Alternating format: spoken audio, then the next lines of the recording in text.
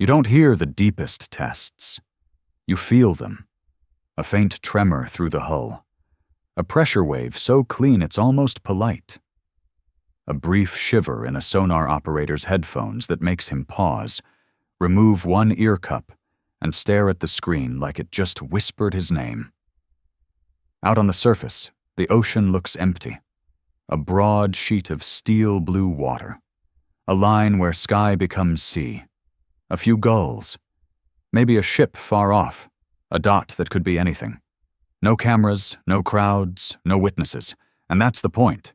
Because the deep sea is the last place on Earth where you can do something enormous and still keep it quiet.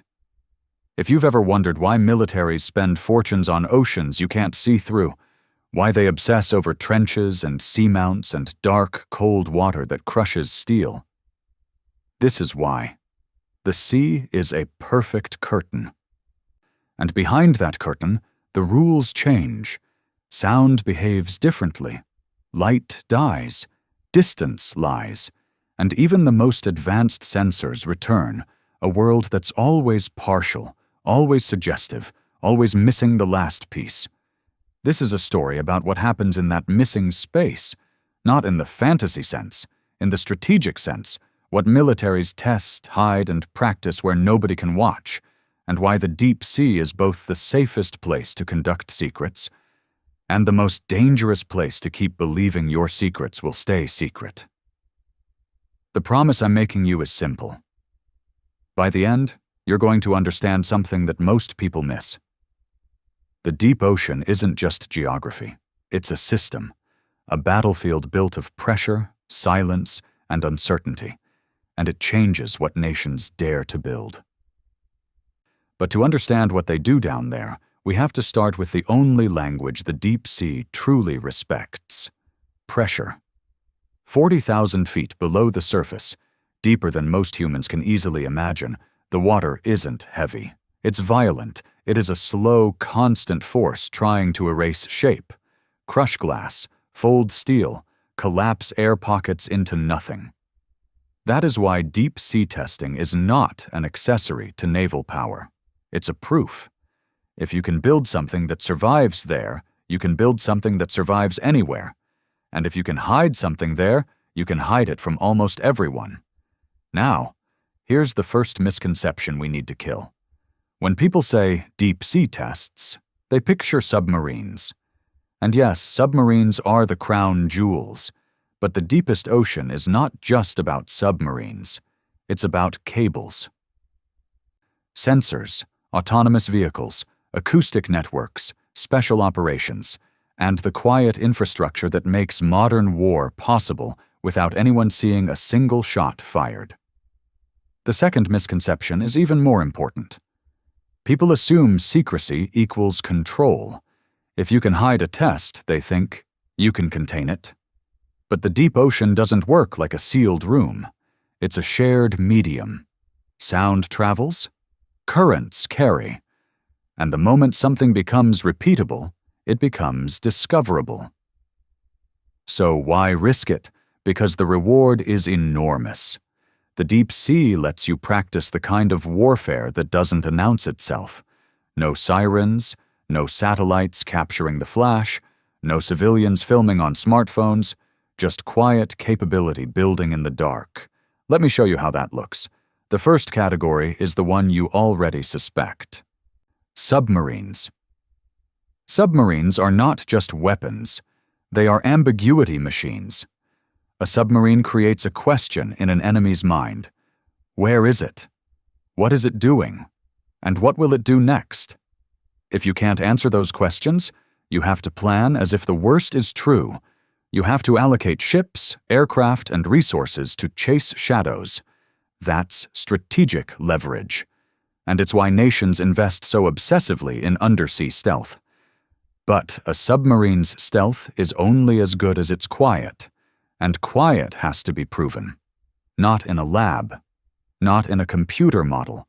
In real water. In real conditions. With real background noise. Here is where deep sea testing becomes both technical and psychological. Because the test isn't just, does it work? The test is, does it vanish? Imagine a new submarine platform or a new propulsion component. You don't roll it out under bright lights. You test it in ranges. You monitor it with hydrophones. You measure tiny spectral signatures. You listen for harmonics the way a doctor listens to a heartbeat.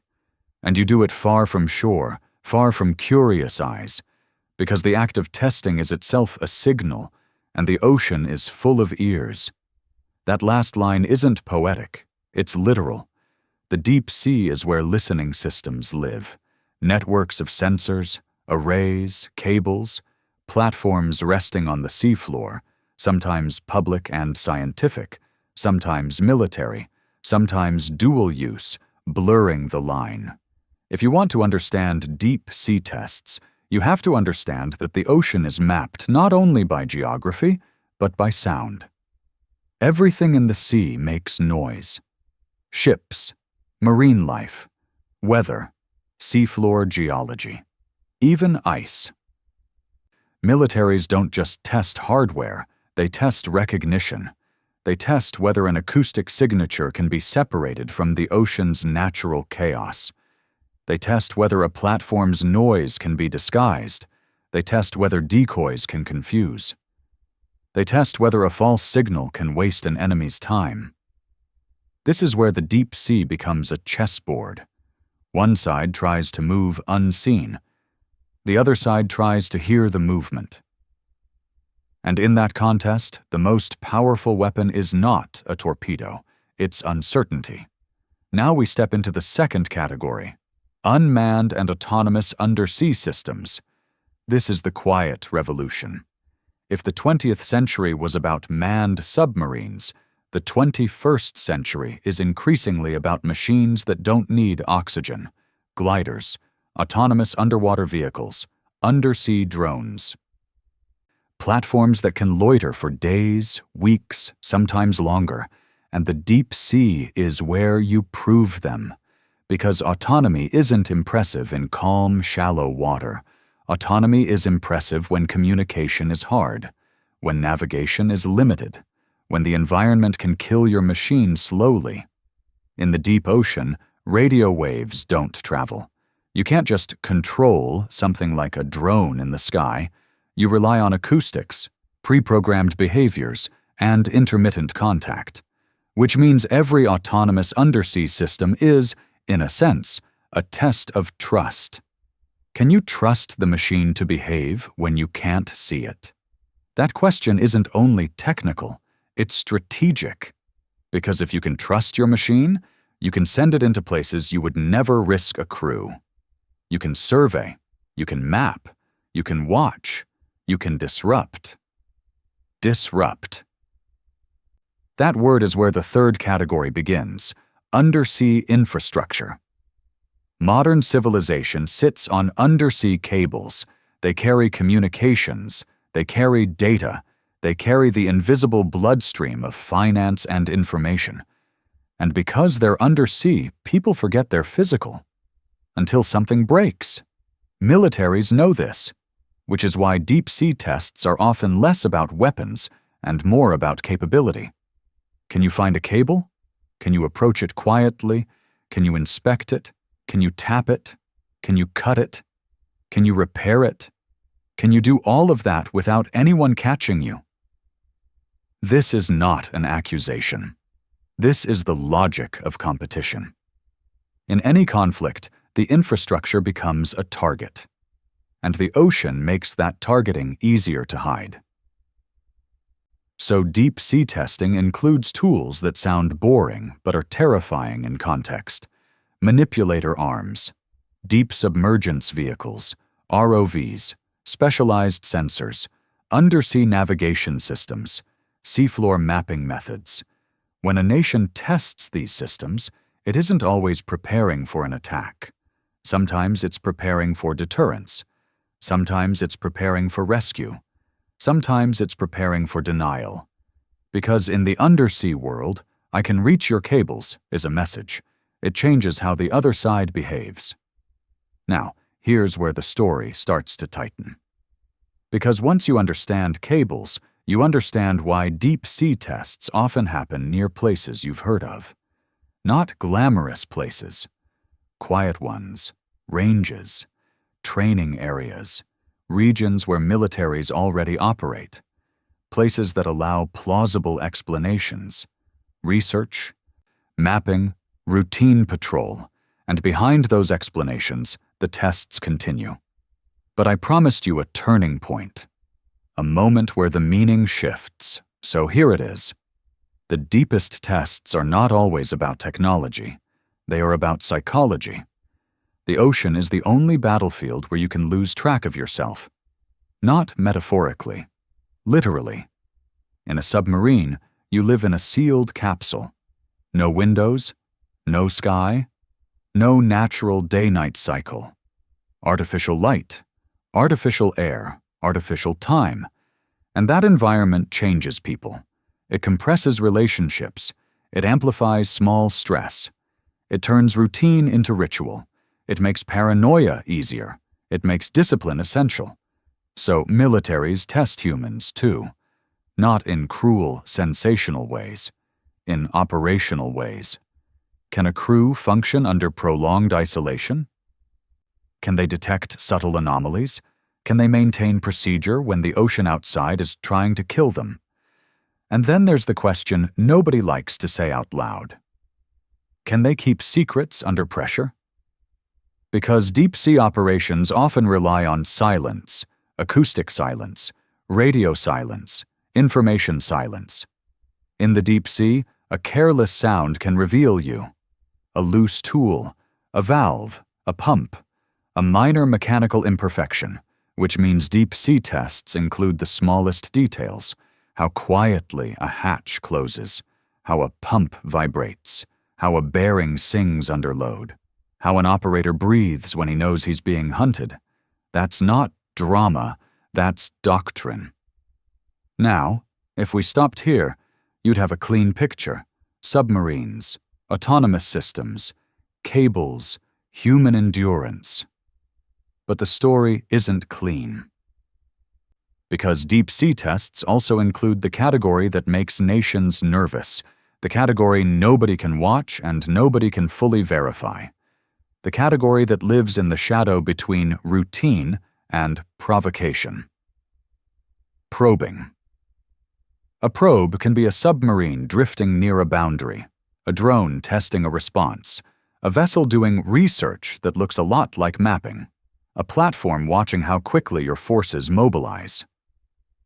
Deep-sea tests are often tests of you, not tests of the machine. How quickly do you notice? How quickly do you classify? How quickly do you respond? Do you overreact? Do you underreact? Do you reveal your detection methods in the act of chasing? This is why underwater incidents are hard to talk about publicly, because even acknowledging them can reveal capability. If you say, "We detected something at this range," you just told the world what your ears can hear. If you show footage, you show sensor types. If you disclose location, you disclose where you listen. So most deep-sea tests leave no public trace.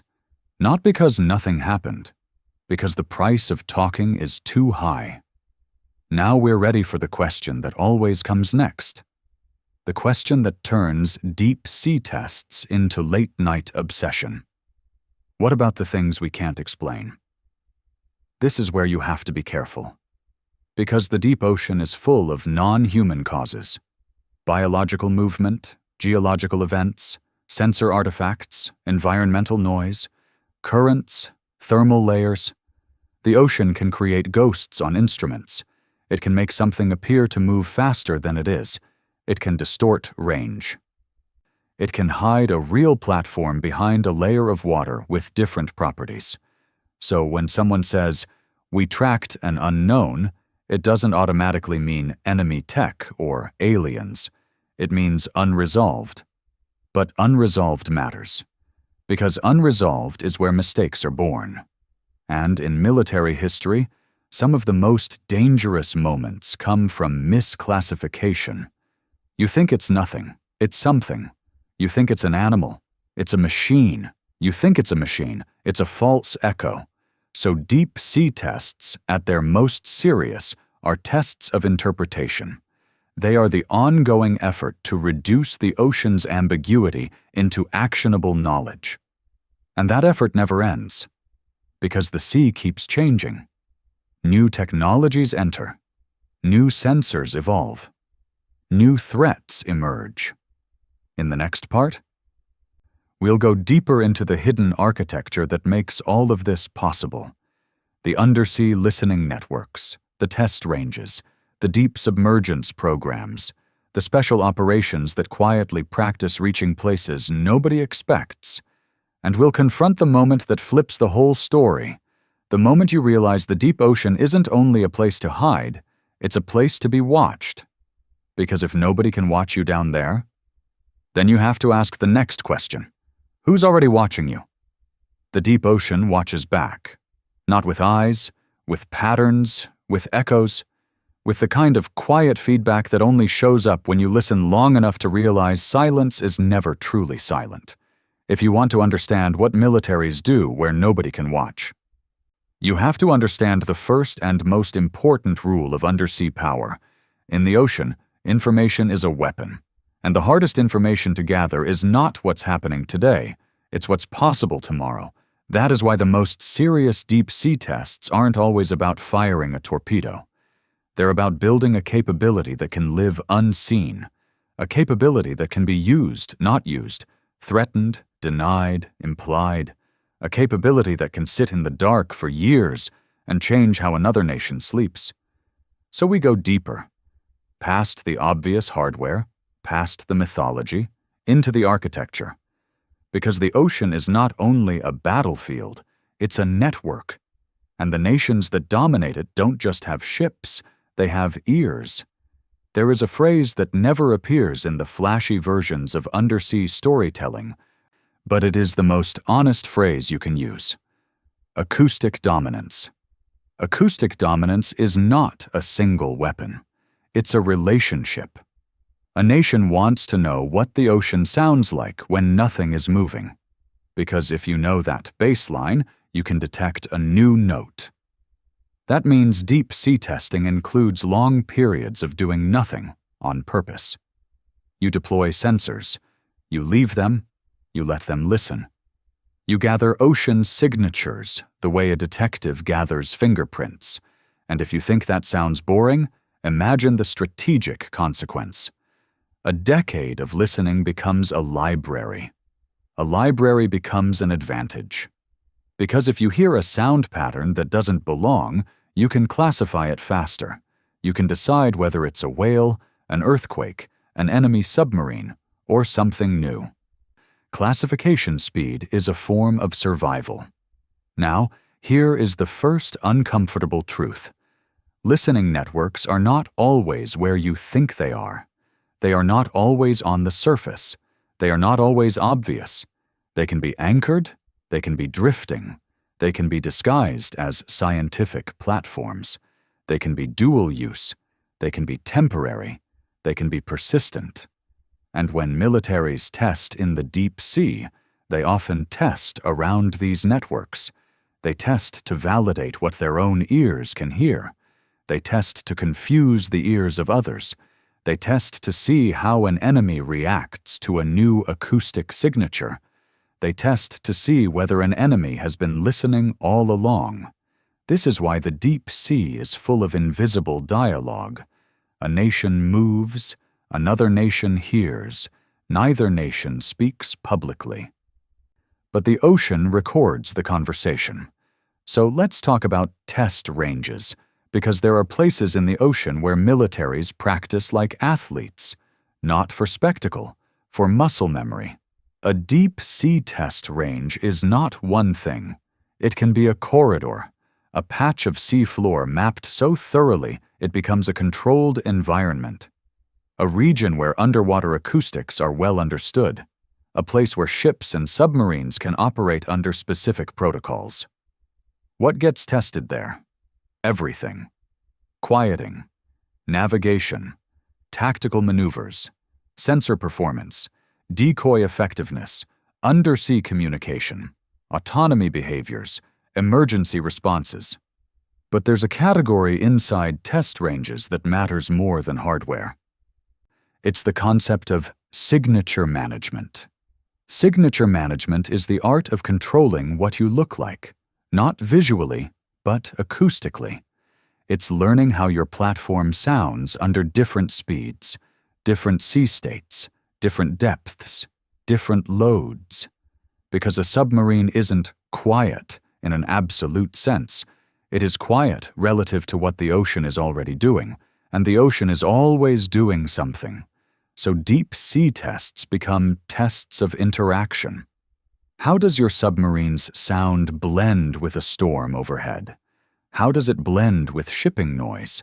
How does it blend with biological chorus? How does it blend with geological hum?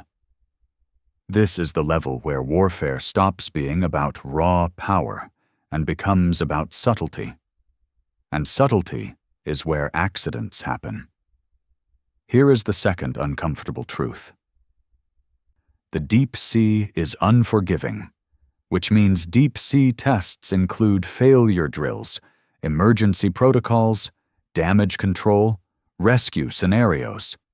Not because militaries like imagining catastrophe, because catastrophe is part of the operating environment, a stuck valve, a fire, a loss of propulsion, a sensor glitch, a navigation error, a collision, a hidden seamount.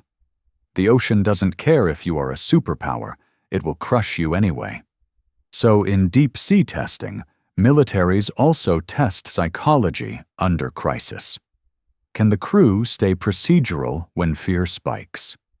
Can the commander choose correctly when information is incomplete? Can operators resist the instinct to panic when the hull groans and you feel the pressure outside as a physical presence? This is where the deep ocean becomes a mirror. It reflects the quality of leadership. It exposes weakness, it punishes arrogance. Now we step into the category that people rarely discuss plainly because it sounds like paranoia. Undersea special operations. If you imagine special operations, you picture helicopters, night raids, desert silhouettes. But there is another world. Divers, mini-submersibles, underwater delivery vehicles, closed-circuit breathing, operations conducted in water so cold it steals feeling from your fingers. Militaries practice these operations where nobody can watch for the same reason. Because the mission profile can't be filmed. Because the approach is the secret. Because the method is the capability. What do these units practice? Infiltration, reconnaissance, placement of sensors, recovery of objects, access to infrastructure. The ability to approach a coastline or a structure without triggering obvious detection. Again, this is not an accusation. It is an inventory of possibility. And in strategy, possibility is power. Now, we have to talk about the quietest tests of all, the ones that look like science: oceanographic surveys, seafloor mapping, hydrographic work, research expeditions. The ocean is a physical system. If you understand it, you gain advantage. Currents, thermoclines, salinity, acoustic propagation. A submarine doesn't just move through water, it moves through layers, and those layers can hide it or expose it. So militaries have always been deeply interested in ocean science. And the tests that look most benign can be the most strategically valuable. Because if you can predict how sound will travel on a given day in a given place, you can design maneuvers that exploit that. Now we reach the point where the story becomes a reveal ladder. Because everything we've discussed, submarines, drones, cables, sensors, special operations, depends on the same core reality. Undersea warfare is a war of perception, and perception is manipulated. This is the turning point. Not a dramatic explosion, a shift in interpretation. You may think deep-sea tests are primarily about building weapons, but the deeper truth is that deep-sea tests are primarily about building uncertainty. Let me explain. In conventional warfare, visibility is a threat. In undersea warfare, invisibility is the battlefield itself. Which means the most valuable outcome of a deep-sea test is not always success. It's the creation of an unknown. Because if your adversary hears something they can't classify, they have to respond, they have to worry, they have to allocate resources, they have to reveal their own patterns. Even a rumor of capability can shape behavior. And deep-sea tests are often the birthplace of rumors, not because militaries leak on purpose, but because any repeated activity creates a trace, a sound, a pattern, a satellite image of a support ship, a sudden NOTAM, a restricted maritime zone. That trace becomes speculation. Speculation becomes narrative.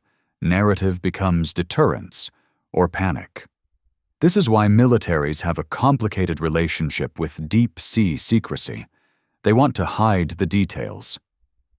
But they sometimes want the world to know they can do things down there. Not the what, the fact.